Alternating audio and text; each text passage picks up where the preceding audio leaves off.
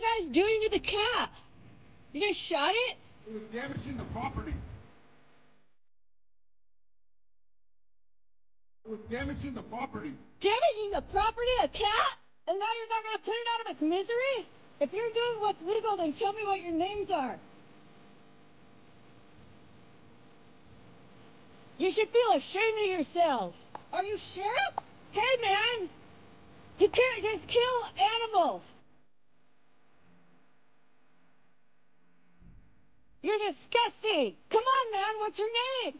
You think you have a right to do that? Tell me who you are! Just killing a cat for no reason. How can you live with yourself? Hey, you're on the sheriff range. Are you sheriff? You a government employee? Yeah, you better tuck your tail. Shame! That cat was running for its life.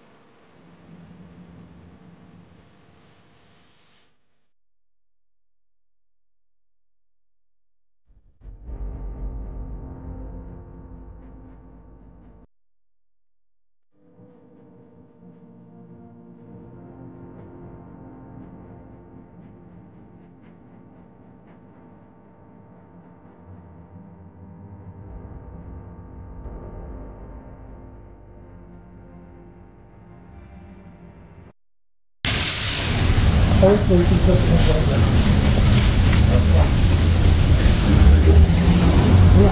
I'm not doing anything. What do you want? Alright, you have the right to it. You have the right to it. If you kill out on probation, you put into your right of everything you have right. Yes, I do. You have anything in your pockets that you have probation. Nope. Better remove the contents from your pockets.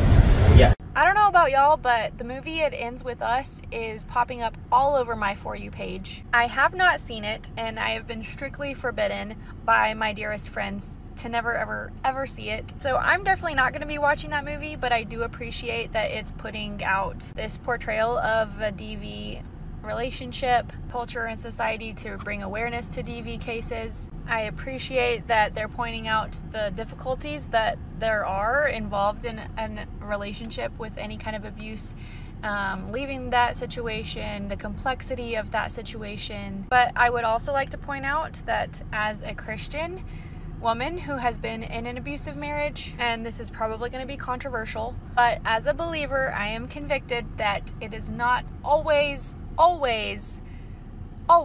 the answer to leave the marriage. I think it depends on the type of abuse, the extent of the abuse, whether or not y'all have kids together, to whatever level or extent the abuser has self-control past a certain threshold. I want to acknowledge that there are in some cases absolutely no option to stay in that marriage or relationship. But in other cases, we are called to stay, and scripture does say that in some cases, you staying in that marriage will edify the other person and sanctify the marriage through your believership. In my case, I was unable to stay due to my husband threatening my life and kicking me out of the house. And there are numerous other reasons that you would be unable to or unwise to stay. But there are certain situations where you should/could stay if you feel called by the Holy Spirit within you. I think it depends on the type of abuse, the extent of the abuse. That creator seems to think that leaving an abusive marriage is not always the right answer, and that sometimes staying with an abusive partner can help edify them before God. So I just want to hop on here and be a voice of reason and tell you that you can leave an abusive relationship as a Christian and still be a Christian and it be the right thing to do, because you deserve to live a life free from domestic violence and harm. And please just do not listen to anything that she said. It is not your responsibility to make your abuser grow closer to God. And yeah, if there is one message I want you to know, is that you deserve a life free from fear in your relationships.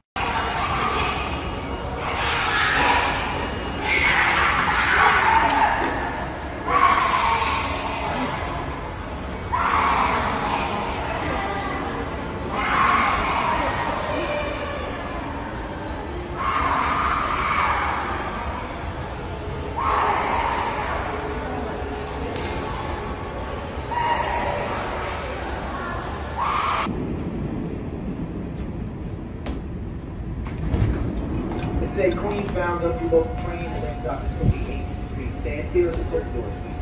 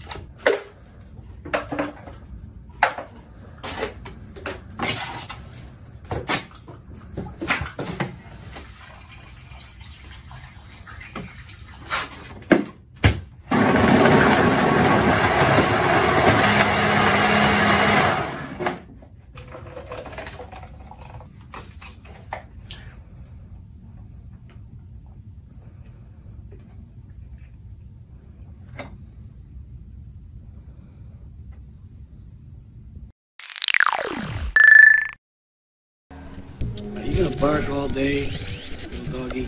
You make me want to be a better man. Behind the movie, he's known for his unconventional style and, of course, for pushing the envelope when it comes to filmmaking. 106 in Park, please welcome writer, director, and Academy Award winner Quentin Tarantino. Let's welcome him out here, man, to the crowd, man. And now, that film has to be like one of the most quoted movies in Hollywood with just the lines and everything. So you got to give us, this is my question for you, Q. What is the most famous line, your favorite line from Pulp Fiction? I think probably the most famous line is, "I'm gonna get medieval on your ass." Big Ream says it. Pleasing your fans or pleasing the critics for you? Oh, interesting question, actually. Well,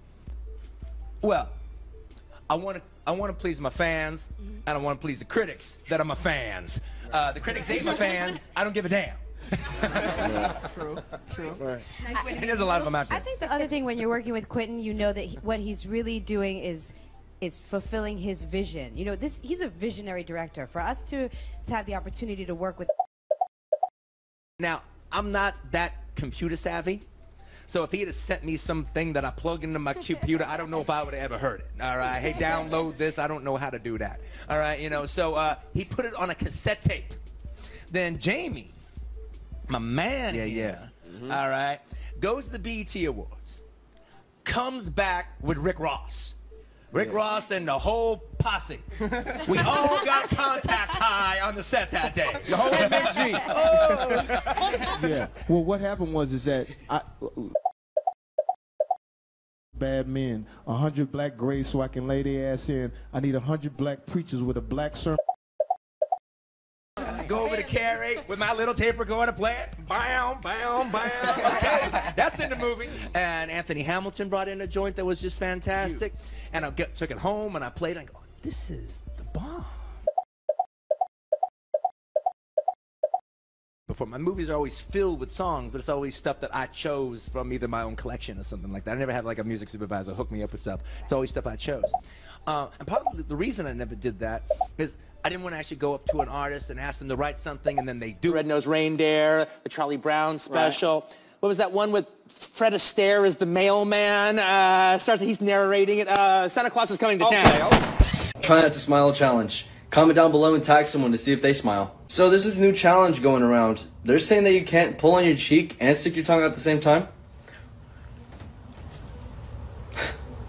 Level 2. This one's bound to get you because this is scientifically proven. So did you know that recent studies show that if you stick your tongue out and you place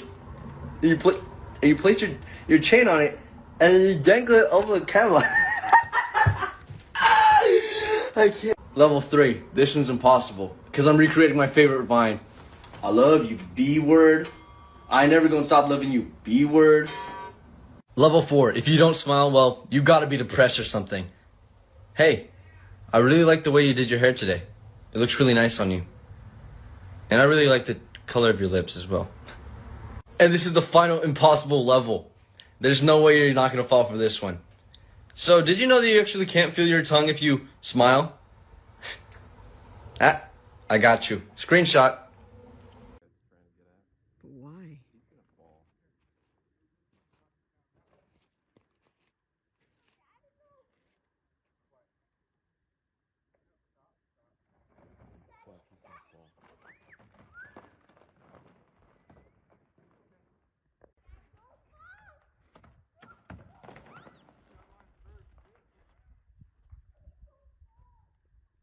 Goat milk is the most similar to mother's milk. It smells so gorgeous.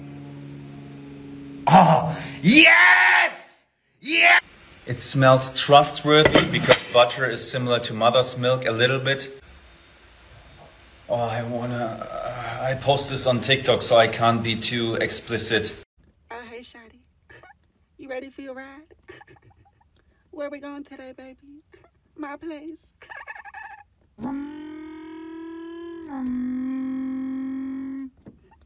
Well, Shawty, I just want to let you know, my radio broke, but it's okay, though. You like Rihanna?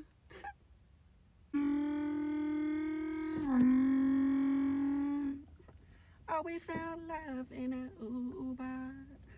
We found love in a Uber. You know what I mean, Shawty?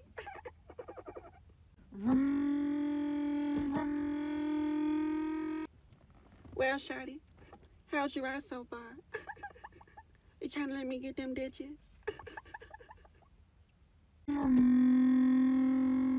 Well, Shawty, it looks like we here. 5 stars. You trying to let me get them digits, Shawty?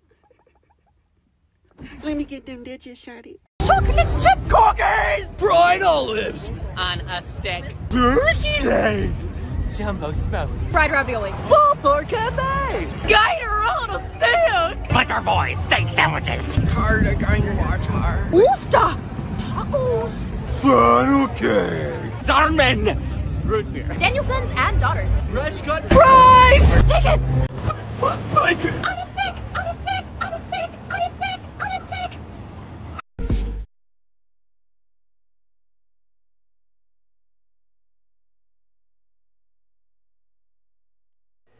Hey, what's up, America? God bless the USA.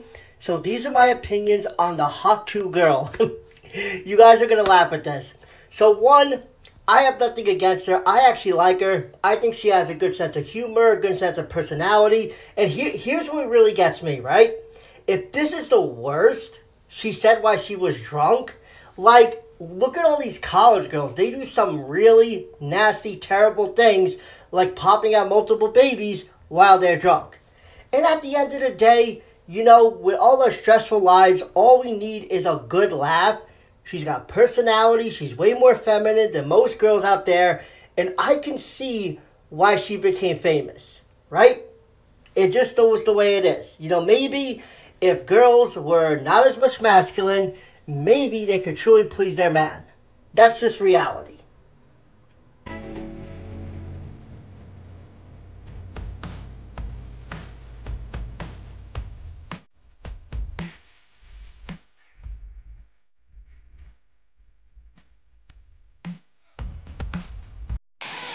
I have a question. Can I fix your teeth? Ew, gross. I just learned about this goofball here through that video, unfortunately. This is Dr. Kenny Smiles, a dentist, a legitimate dentist who drove through a Starbucks and saw that young lady, filmed her, and then said, "Hey, can I fix your teeth?" Very professional. He then gives her his TikTok handle, which again, very professional, and said, "I could fucking slay that." And she writes down the name, and then he dips. He just leaves. Bye. Gives her no information besides his TikTok handle. So as far as she's concerned, she's gonna pay for this procedure. And then this goofball on the way home, he's got such a kind soul. He's like, "You know what? I think I'm gonna bless her and turn around and do it for free." Like, you knew you were going to do it for free the whole time, but you just needed to do this for content, which, if you said it in the beginning, maybe she would have been gung-ho, but let's see what she does. It's not your birthday? I think today's your birthday. So Kenny the Clown gets this young lady again, and instead of being like, "Hey, I was just here, I'm the dentist, I spoke with you about fixing your teeth, I just wanted to let you know I'm offering to do it for free." Instead of saying that, he just gets there and goes, "It's not your birthday? I think today's your birthday," and just pulls up. He doesn't say anything. He gets to the window and the young lady dips to the back, so now he's talking to the manager, and you'll notice he's filming his knee. He doesn't dare film the manager because he knows he shouldn't be filming, and it's weird. And he talks to the manager, and the guy's like, oh, yeah, she's in the back. Weren't you just filming her? Didn't you just film her? And he's like, yeah, I wanted to let her know I'm going to fix her teeth. And he's like, I'll let her know that you said that. Thank you very much. And the guy takes off. Epic fail. Who says that? Yeah. People still say that? She would not come to the window. She would not come to the window.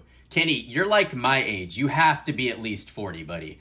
Can you not figure out what is wrong about showing up to this young lady's place of work, filming her, saying you're going to fix her teeth in the most unprofessional manner, coming back, getting her on the speaker and being like, is today your birthday? It's not your birthday?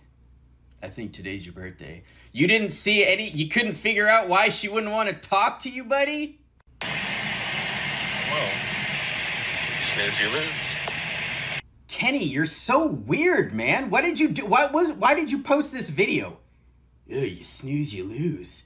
She didn't want to be filmed, and then you posted this anyway. There was no point to this video other than making you look like a loser. Today your birthday? Like, what are you gaining from this, man? Do better, Kenny. I know you can.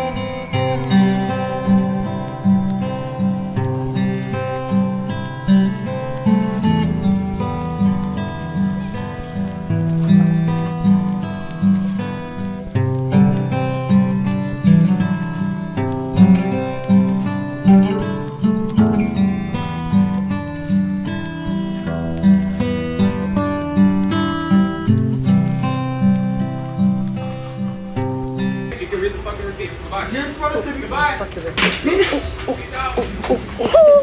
Don't you dare do nothing. Peggy. Don't you dare do nothing. Oh, come on, come on. Learn to work your motherfucking job. Oh, this is gonna be so nice. This is gonna be so nice. Come on. Learn to work your motherfucking job. Get the hell out of here. What the fuck do you mean? You got the right motherfucking one. Southern hospitality. Kind of what they teach you kids these days. A year or two, you might not even be a girl, huh?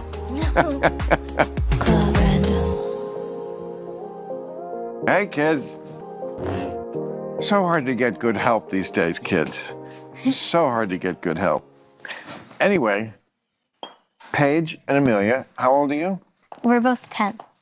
You're both 10? Yeah. Well, see, already, I was told 8 and 10. What is the name of this show? Club Random? Well, Club Random is the real name, right? But this is like a special edition, like Bill Talks to Kids. Not that you're really kids. You seem very mature. He is wrong. But like just technically by the age, you know, people, they like to judge by age. Yeah, I guess you're kids, but you seem very mature to me. Bro, what are you talking about, man? I mean, you know, they used to call America a melting pot. Like everyone would come and we'd be in one big pot and we'd melt together. That's sort of like a good idea, don't you think? That we should melt? He is a piece of shit. I'm kind of learning a little bit Yeah. here. Billie Eilish, everything's sad kind She's of not music. sad anymore, really. Not exactly what I was going to She's say. number She's 2 in not the sad world, anymore. yeah. She's what? She's number 2 in the world. She's 2 in what? She's number 2. 2 in like what? the number 2 singer in the world. Who's number 1? Probably Taylor Swift. No, Taylor Swift's She's really number popular 3. now. The Weeknd's actually number 1. Really? Yeah, Taylor Swift is number 3 actually. Sometimes I wonder which one will be your last lie. I hear from parents, not that I'm one, but I hear they're very worried about what their kids are seeing on the internet. Well, I mean, say you're interested in like climate change, so you start looking on that. That's a big issue. I mean, your kids are worried about it for a good reason. Okay, climate. It leads you to weather. Then you're looking up stuff about the weather. Then it leads you to Stormy Daniels. All right, now you're into porn. Brother, what's that? Now you're into a porn site. What do? I exit it. There you go. You hear that, Paige? Yeah. If that happens to you, you're gonna do the same thing? Yeah, I would like go where all the tabs are open and I would just close it like a bunch of times. Right? Sometimes it might still show up each other, so I keep doing it until until the tab closes. Yeah, I think when you're 10, you gotta erase your browser history. You don't want that coming back to haunt you. Coming back to haunt you. So, how old are you? 8. 8? Yes. Wow, you look older than 8. But I have a sister. She's the oldest of my sibling. How old is I'm she? the youngest of my. She's 19. So 19, 16, and 8. I always was curious about families like that where the kids are like very far apart. They was like, honey, there's that thing we used to do. What was it? It was in bed. What? Yeah. So what do you do for danger? For danger? Yeah. For kicks. For kicks? Like what? Like what? Well, I don't know. You tell me. When I was inside my mom's womb, I was always making cheese and milk, and now I'm like sensitive to milk. What is your birthday? October 20th. It's correct. 2015. Oh. Well, I'm January 20th. Nice. Nice. my cousin's is January 1st. So we're on the cusp. You know that? That's the cusp. I mean, astrology. Astrology is nonsense, kids. But like for people who believe in it, that's very important. Well, you're very precocious. You know what that word means? Precocious? Well, you should memorize that one. Precocious. Precocious. Precocious. Precocious. Precocious. Precocious. Precocious.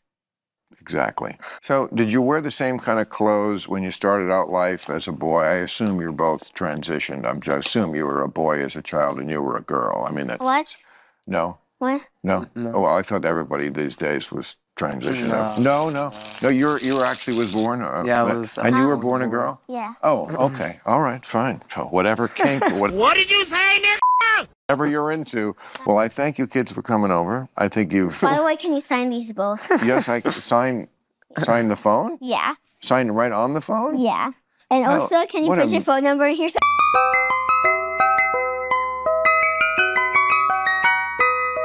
Do you eat meat?